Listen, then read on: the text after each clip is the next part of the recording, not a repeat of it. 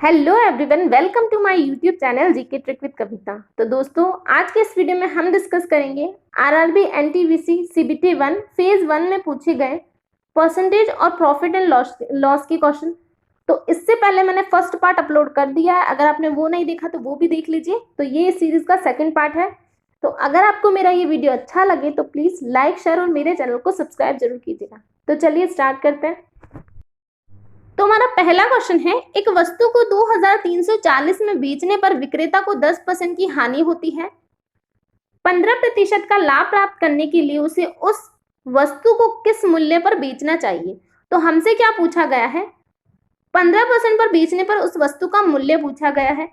तो यहाँ पर बोला गया है ये कब होता है, ये मूल्य क्या है, उसकी 10% हानि का मूल्य है। तो मतलब क्या है, ये 90% की वैल्यू है। 2340 क्या है, 90% की वैल्यू है, क्योंकि हमसे यहाँ पर बोला गया है कि इस मूल्य पर बेचने पर क्या होता है, उसको 10% की हानि होती है। और हमसे 15% प्रॉफिट कम के लिए मूल्य पूछा गया है। तो यहाँ पर हो जाएगा 115, इसको मल्टीप्लाई करेंगे तो ये 0 से 0 चला जाएगा। 9 2 जा 18, यहाँ पर बचा 5, 9 6 जा 56। तो 26 को मल्टीप्लाई करेंगे 115 से, तो 6 5 जा 30, यहाँ पर हो जाएगा 9, ये हो जाएगा 6, इसको मल्टीप्लाई करेंगे तो ये निकल के आएगा 230, प्लस करेंगे 0992। तो क्या निकल के आ रहा हमारा 2990। इस मूल्य पर बेचने पर क्या होगा, उसको 15% का प्रॉफिट हो जाएगा।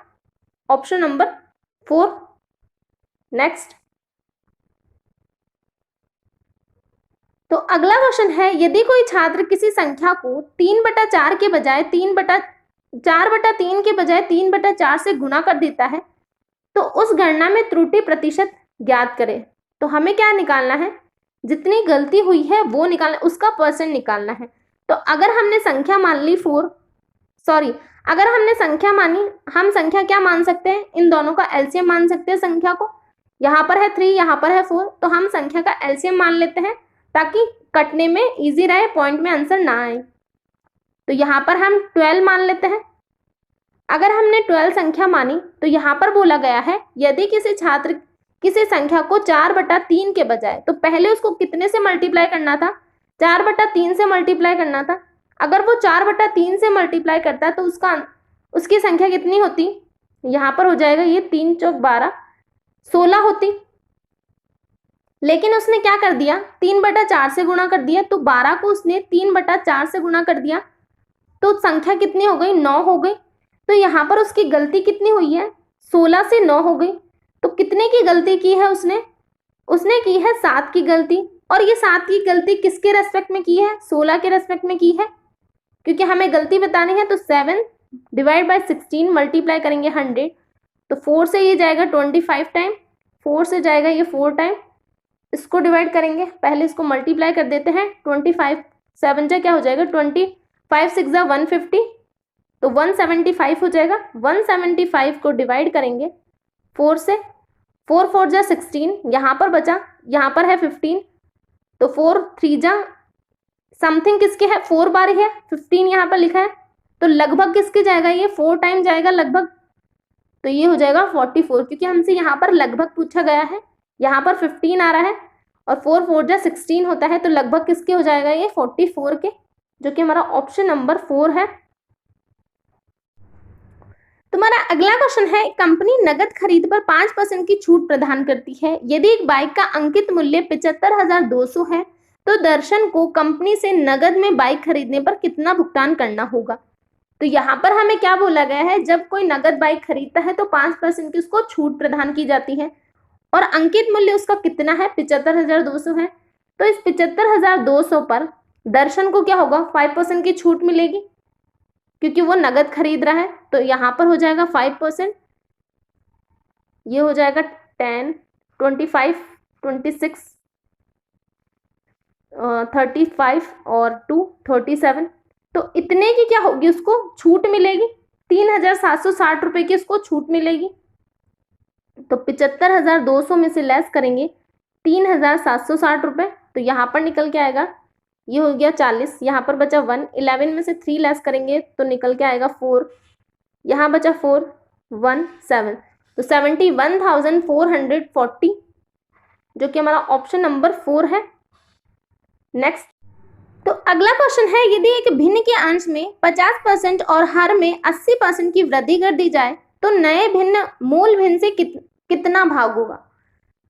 तो यहाँ पर हमें बोला है 50% की वृद्धि करनी है अंश में, तो अंश कितना हो जाएगा, पहले हमने माना 100 था, अब कितना हो जाएगा अंश 150 हो जाएगा क्योंकि 50% की वृद्धि की है। और यहाँ पर हर कितने की वृद्धि हुई है, हर में 80% की, तो हर कितना हो गया 180 हो गया। तो इसको डिवाइड कर लेंगे हम, यहाँ पर 3 से डिवाइड होगा तो ये 5 टाइम जाएगा, 3 से ये जाएगा 6 टाइम, तो कितना निकल के आ रहा है हमारा 5/6 जो कि हमारा ऑप्शन नंबर 4 है। नेक्स्ट,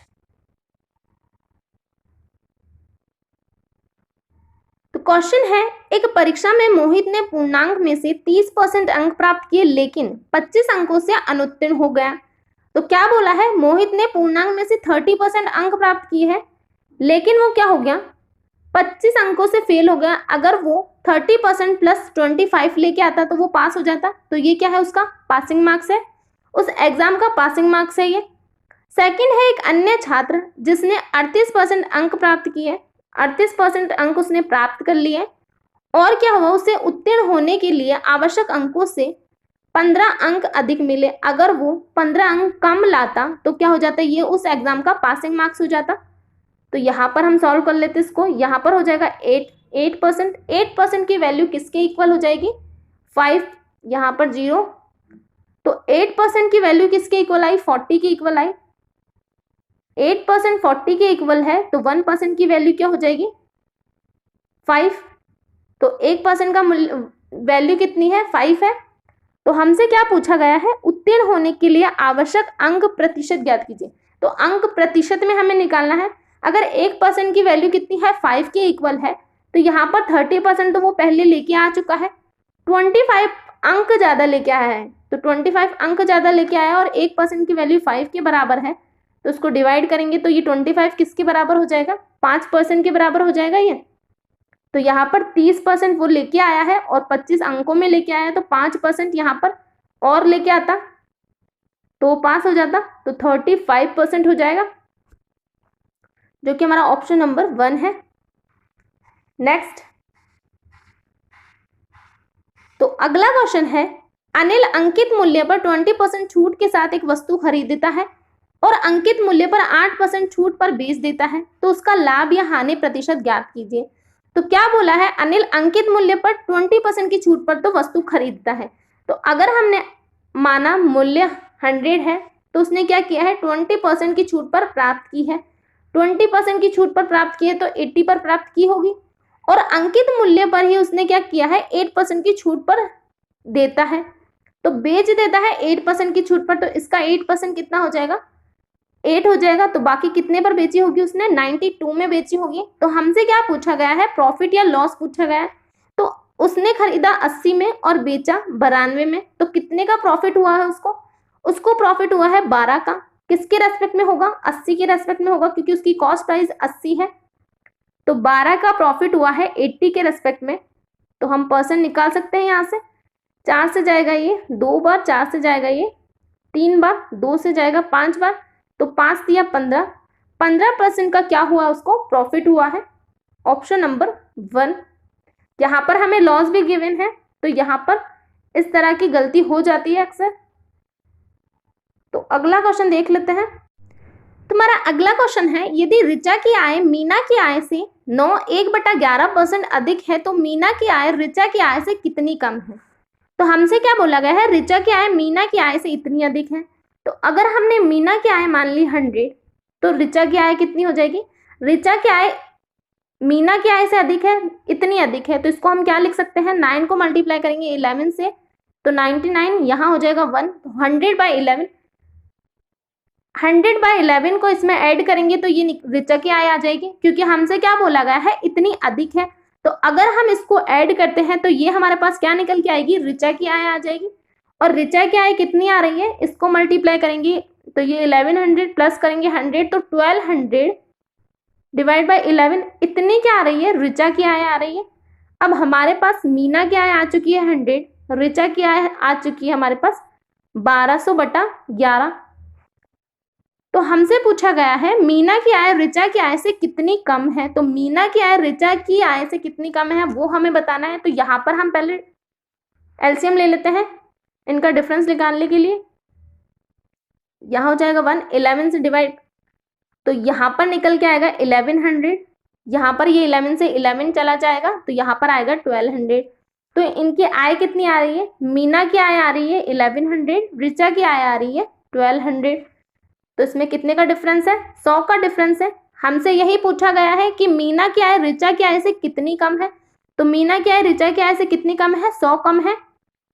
ऋचा के रेस्पेक्ट में पूछा है तो 100/1200 करेंगे और परसेंट निकालेंगे इसका, तो 0 से 0 चला जाएगा, 12 से इसको डिवाइड करेंगे तो 12 8 जा क्या होगा 96 और बचा 4, तो 4/12 हो जाएगा। इसको और भी डिवाइड कर सकते हैं हम, 2 और 6, 1 और 3, तो 1/3, 8 सही 1/3 आ रहा है।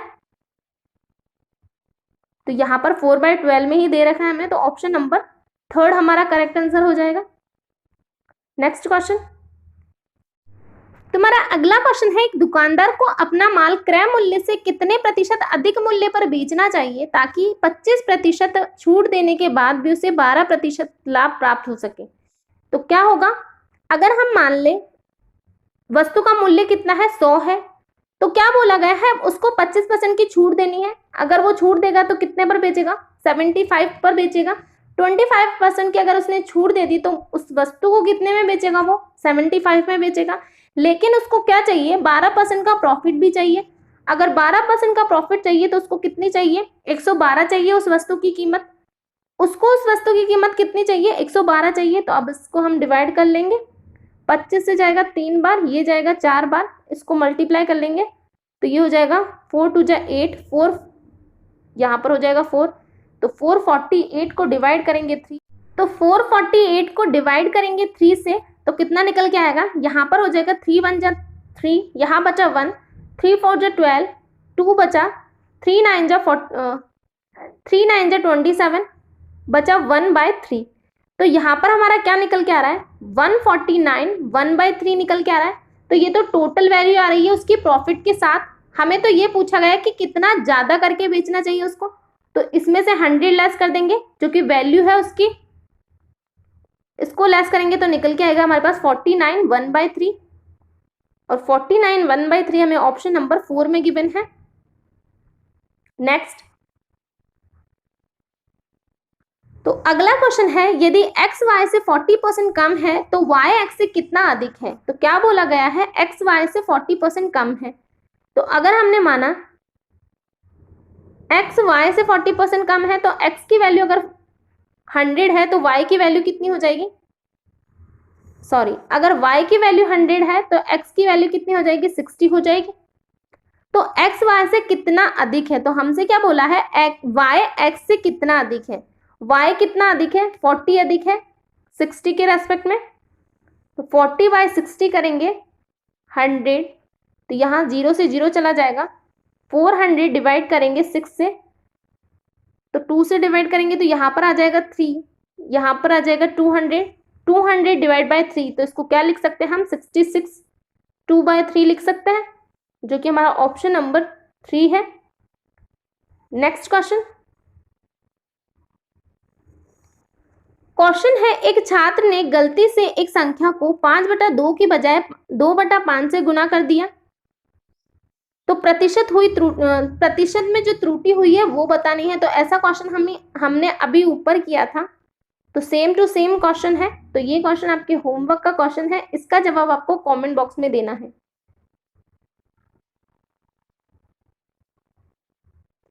तो अगला क्वेश्चन है, एक लैपटॉप का मूल्य 27,000 है, 2 वर्ष की एक्सटेंड वारंटी खरीदने के लिए आपको 15% अतिरिक्त भुगतान करना होगा।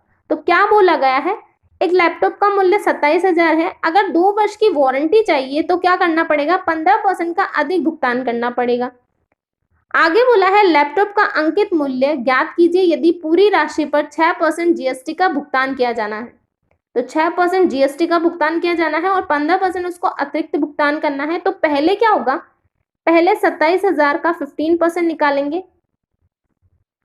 कितना निकल के आएगा, 27,000 का 15%, यहाँ पर हो जाएगा 0, ये हो जाएगा 105, 105 10, 15 दूना 30, 30 और 10 40। तो यहाँ पर हमारे पास क्या निकल के आया है, 4,050 रुपये निकल के आया है। 15% 27,000 का, ये हम इसमें ऐड कर देंगे तो कितना निकल जाएगा, ये निकल के आएगा 31,050 रुपये। 31,050 रुपये में हमें क्या करना पड़ेगा, टोटल वैल्यू पर जीएसटी चार्ज होगा जो कि है 6%। तो इसको हम निकालेंगे तो ये निकल के आएगा ऑप्शन नंबर ए। तो आप इसको करके देख लीजिएगा। नेक्स्ट क्वेश्चन, तो ये आज का लास्ट क्वेश्चन है। क्वेश्चन है यदि y का x% z के y% के बराबर है तो निम्नलिखित में से कौन सा सत्य होगा। तो हमें क्या बोला गया है, y का x% किसके बराबर है, z के y% के बराबर है, यही बोला गया है। तो 100 से 100 डिवाइड हो जाएगा, यहाँ पर y से y चला जाएगा तो यहाँ पर बचा क्या, यहाँ पर बचा है x और यहाँ पर बचा है z। तो x की वैल्यू किसके इक्वल हो जाएगी, z की इक्वल हो जाएगी। और ऑप्शन नंबर 1 में गिवन है x इक्वल z, तो हमारा यही आंसर हो जाएगा।